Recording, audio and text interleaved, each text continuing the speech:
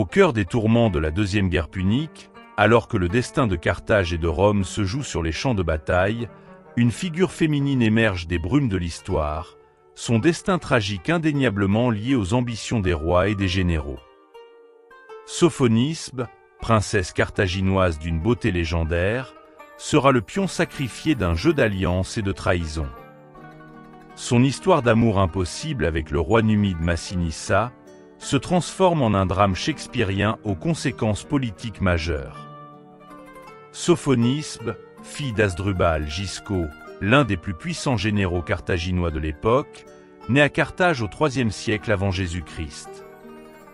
Elle grandit dans l'opulence et le raffinement de la cité punique, recevant une éducation soignée et s'imprégnant des valeurs de son peuple, fierté, loyauté et esprit de résistance face à l'ennemi romain.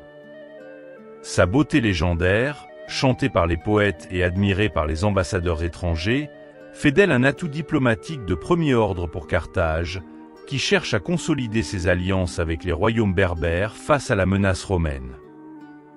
Alors que la Deuxième Guerre punique fait rage, Carthage décide de sceller une alliance stratégique avec Syphax, le puissant roi des Masaésyliens, la principale confédération tribale de la Numidie occidentale. Ce mariage arrangé, conclu en 206 avant Jésus-Christ, vise à unir les forces de Carthage et de la Numidie contre l'ennemi commun, Rome. Sophonisbe, âgée d'une vingtaine d'années, est choisie pour sceller cette union politique. Elle quitte Carthage pour rejoindre la cour de Syphax à Cirta, la capitale numide. Malgré la nature arrangée de son mariage, Sophonisbe, dotée d'une grande intelligence et d'un charme irrésistible, parvient à gagner l'affection de Syphax. L'alliance entre Carthage et Syphax se révèle fragile face à la puissance romaine. En 203 avant Jésus-Christ, l'armée de Syphax est écrasée par les troupes romaines de Scipion l'Africain, allié aux cavaliers numides de Massinissa, le jeune et ambitieux roi des Massiles. Syphax est fait prisonnier, et son royaume s'effondre. Massinissa, triomphant, entre dans Cirta et y fait la connaissance de Sophonisbe, la veuve de son ennemi vaincu.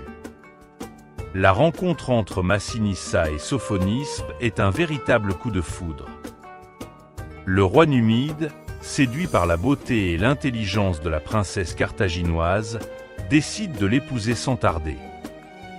Ce mariage, conclu à la hâte et sans l'approbation de Rome, est motivé par la passion amoureuse et par des calculs politiques. En épousant Sophonisbe, Massinissa espère rallier à sa cause les tribus masaésyliennes, fidèles à l'ancienne dynastie, et consolider ainsi son pouvoir sur l'ensemble de la Numidie. Scipion l'Africain, informé du mariage de Massinissa et de Sophonisbe, est furieux. Il voit en cette union une menace pour les intérêts romains en Afrique du Nord. Sophonisbe, fille d'un général carthaginois et ancienne épouse d'un allié de Carthage, est suspectée de pouvoir influencer Massinissa et le pousser à se retourner contre Rome. Scipion envoie donc une ambassade à Massinissa, lui ordonnant de répudier Sophonisbe et de la livrer aux Romains, qui l'emmèneront à Rome pour la faire défiler enchaînée dans un triomphe humiliant. Massinissa, pris entre son amour pour Sophonisbe et sa loyauté envers Rome, se retrouve face à un choix impossible. Défier Rome signifie risquer la guerre et perdre tout ce qu'il a gagné. Obéir à Scipion signifie trahir sa femme et la condamner à une fin ignominieuse. Après une nuit de tourments, Massinissa prend une décision dramatique. Il ne peut se résoudre à livrer Sophonisbe aux Romains et à la condamner à l'humiliation publique, mais il ne peut pas non plus risquer de rompre son alliance avec Rome. Il choisit donc une troisième voie, à la fois noble et cruelle. Il envoie à Sophonisbe une coupe remplie de poison, lui offrant ainsi une mort rapide et honorable.